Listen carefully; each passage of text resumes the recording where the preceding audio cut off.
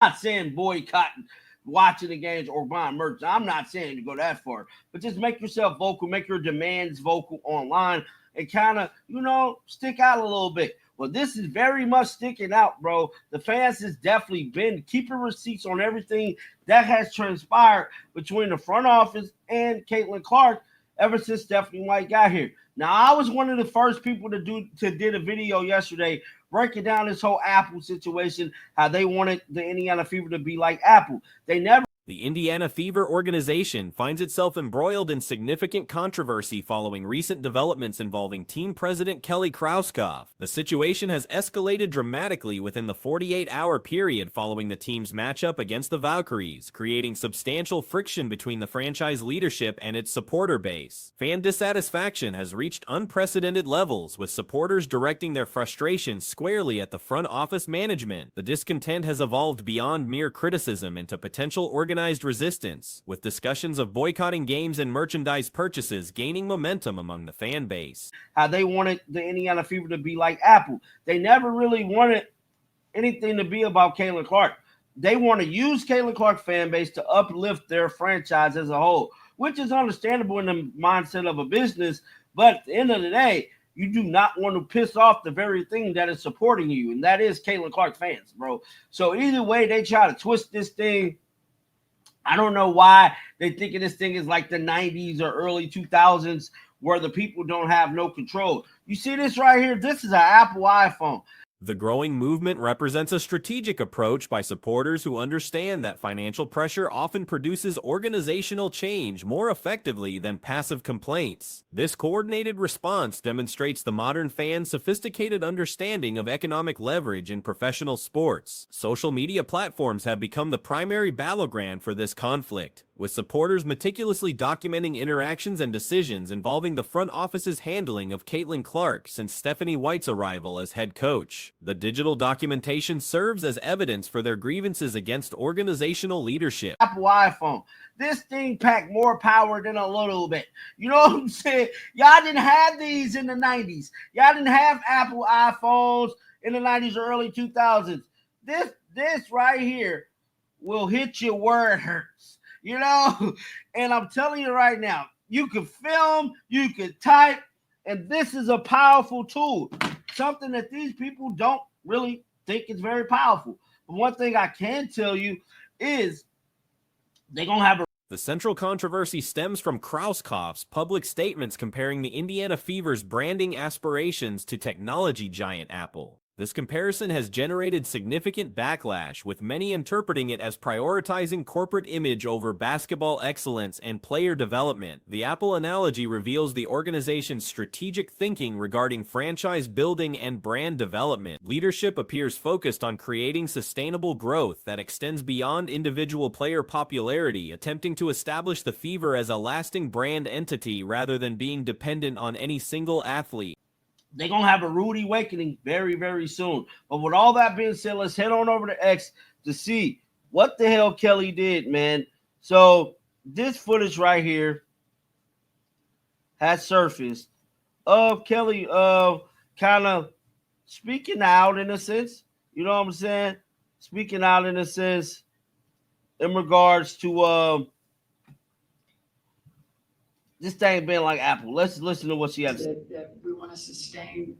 However, this approach has created tension with supporters who believe the organization is undervaluing Clark's unique contributions and star power. The perceived disconnect between management philosophy and fan expectations has widened into a significant organizational crisis. Modern technology and social media connectivity have fundamentally altered the power dynamic between sports organizations and their supporters. Digital platforms provide fans with unprecedented ability to organize, communicate, and exert pressure on franchises through coordinated actions. The viral footage of Krauskopf's statements has amplified the controversy exponentially. In her remarks, she acknowledged Clark and Aaliyah Boston as foundational players, while emphasizing the organization's broader vision for sustained growth and market leadership. Sustain the growth and the interest level in the franchise. I mean, this is about the Indiana Fever.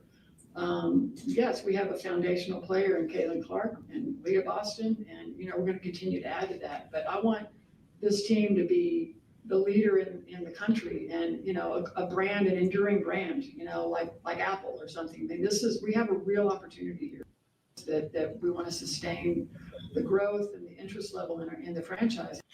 All right, so that's Kelly there speaking about it, man. Her specific commentary focused on creating an enduring brand comparable to major corporations, suggesting the franchise views itself as having transformative potential within women's basketball. The statement emphasized sustainability and long-term growth rather than short-term success, built around individual personalities. Public reaction to these statements has been overwhelmingly negative, with critics arguing that the organization has lost sight of basketball fundamentals in favor of marketing considerations. One particularly detailed response drew parallels between Apple's evolution and the Fever's current trajectory. Speaking about it, man.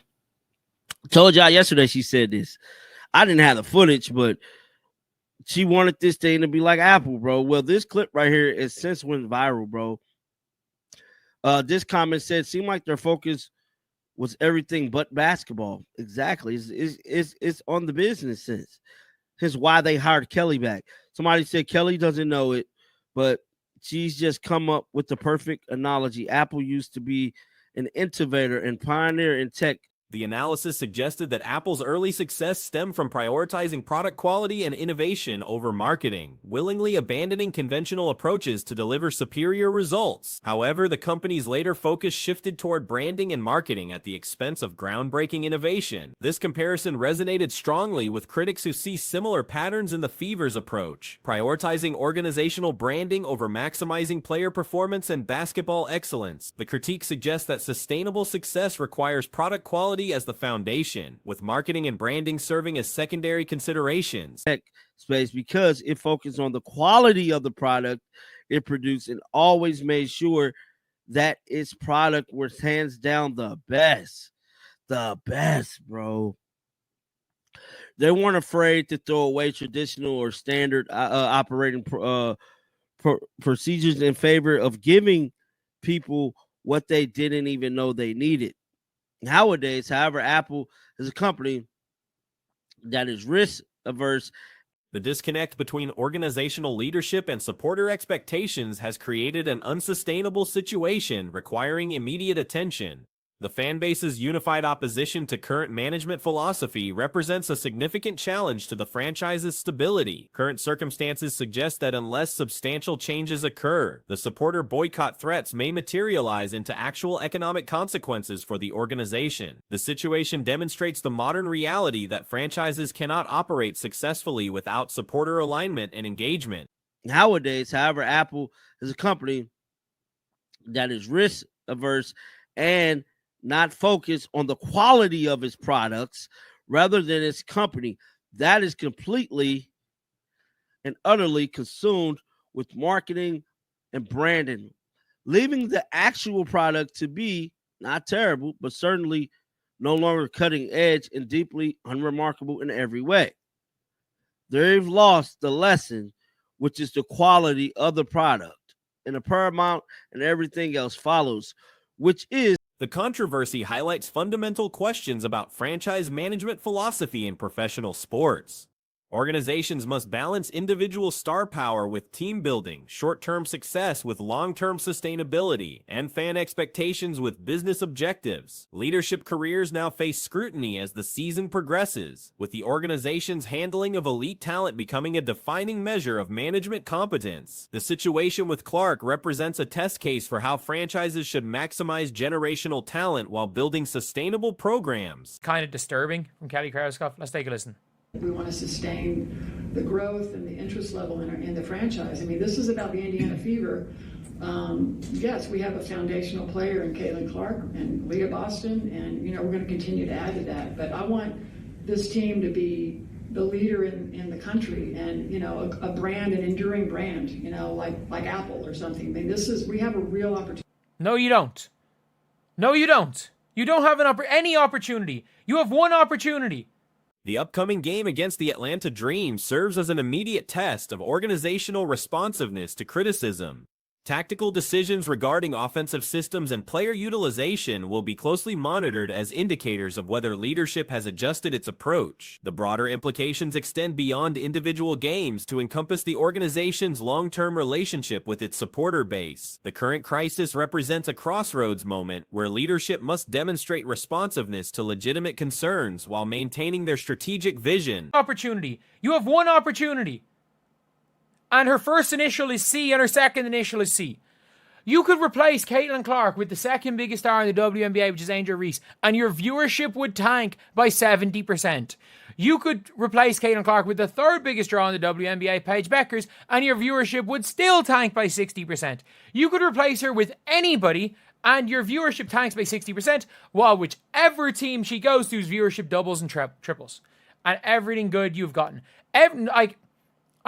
The controversy also reflects broader tensions in women's professional sports regarding star player treatment, organizational priorities, and fan engagement strategies. The outcome of this situation may influence how other franchises approach similar challenges in the future. Resolution requires acknowledgement of supporter concerns while maintaining organizational coherence and strategic direction. The challenge lies in finding approaches that satisfy both basketball excellence expectations and sustainable business development goals. And everything good you've gotten. I mean this when I say this. Every single good thing that has happened to your organization is because of number 22 from Iowa, out of Iowa. Every good positive thing. And off the court, on the court, Kelsey Mitchell's been great. Kelsey Mitchell has been great at times. She has been. Aaliyah Boston's great. She's been great this season. You won a Commissioner's Cup. Again, you don't. The situation serves as a case study in modern sports management where social media amplification and fan coordination capabilities create new pressures and opportunities for organizational accountability. Success will require navigating these. Get to the Commissioner's Cup final without Caitlin, but at the same time you can argue, oh, maybe you won the Commissioner's Cup without Caitlin. Cool. So maybe there are some on-the-court things. Aaliyah Boston's been fantastic. There have been good players as well. The on-the-court product is not 100% Caitlin. It is a quite large chunk, Caitlin, but I'll give you that. But this is the Indiana Fever. It's not like you're the glitz and glamour of LA. Dude, I'm Irish. The Indiana Fever organization appears fundamentally disconnected from reality regarding their current circumstances. Without clear timeline context, recent footage has emerged suggesting the franchise may represent a failing enterprise. Describing this basketball operation as unsuccessful would be putting things mildly. There's not I've never heard of anyone go to Indiana. You're not a tourism city. You're not a big city well, you are a big city. But you're not. You're a big basketball city, and I understand the fans are going to be there. But let's be real. There is a legitimate chance that Caitlin Clark never reaches the actual on-the-court heights of Tamika Catchings. There is a chance that the most logical course of action involves trading Caitlin Clark, as every other WNBA franchise would eagerly construct their entire system around her talents. The Phoenix Mercury would readily surrender valuable assets like Kalia Copper and Diana Taurasi while absorbing problematic contracts to acquire Clark. Multiple organizations would sacrifice significant resources for such an opportunity.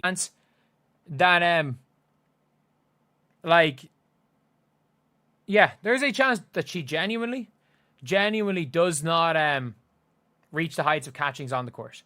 I'm not saying I'm predicting that. I'm saying there's a chance, and we have to be honest, Catchings is one of the 7 greatest players of all time. There's a chance. But at the end of the day, this organization is the most relevant it's been ever. The value is as high as it is ever. And it's nothing to do with what you've done, Kelly. You literally...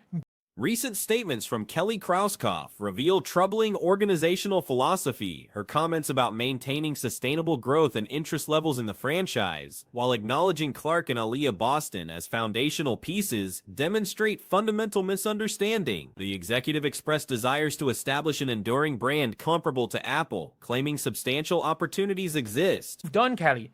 You literally you took over and the team got worse. They got worse. Like, this is embarrassing. I'm with you, Aaliyah Boston, not buying anything, not actual Nike store, no more fever. Nothing until they do right. Or a Boston Post. Like, by the way, if you want to buy something, again, if you want to support these players, Aaliyah Boston sells her own stuff.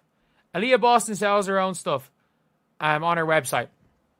This perspective completely ignores basic market realities. The franchise possesses exactly one opportunity, and that individual wears number 22. Replacing Clark with the league's second biggest attraction, Angel Reese, would result in 70% viewership decline. Substituting her with the third largest draw, Paige Buckers, would still produce 60% audience reduction. Any replacement scenario creates massive viewership losses, while whichever team acquires Clark would experience doubled or tripled audience engagement. Every positive development surrounding this organization stems directly from the former Iowa standout. While other players have contributed meaningfully, Kelsey Mitchell has performed excellently at times, and Boston has delivered outstanding results this season, including a Commissioner's Cup victory. The fundamental truth remains unchanged. Without Clark's presence, reaching championship game appearances becomes impossible. The on-court product isn't entirely dependent on Clark. Though she represents the largest component, Boston has been exceptional, and several teammates have provided valuable contributions. However, contextualizing the organization's broader situation reveals important limitations. This represents the Indiana Fever, not a glamorous Los Angeles franchise. Indiana lacks significant tourism appeal or major metropolitan attraction, while Indianapolis qualifies as a substantial city with passionate basketball culture, and loyal supporters will attend regardless. Honest assessment requires acknowledging certain possibilities. Sells her own stuff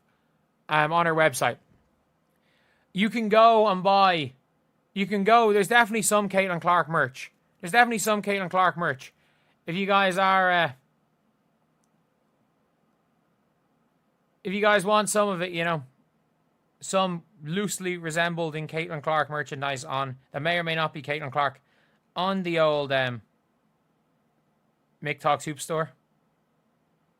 On the old Mick Talks Hoop Store, we got the Demon CC. We got the Angel and Demon CC. Clark may never achieve the career heights of Tamika Catchings, one of basketball's 7 greatest players ever. This possibility exists and deserves recognition, though not as a prediction.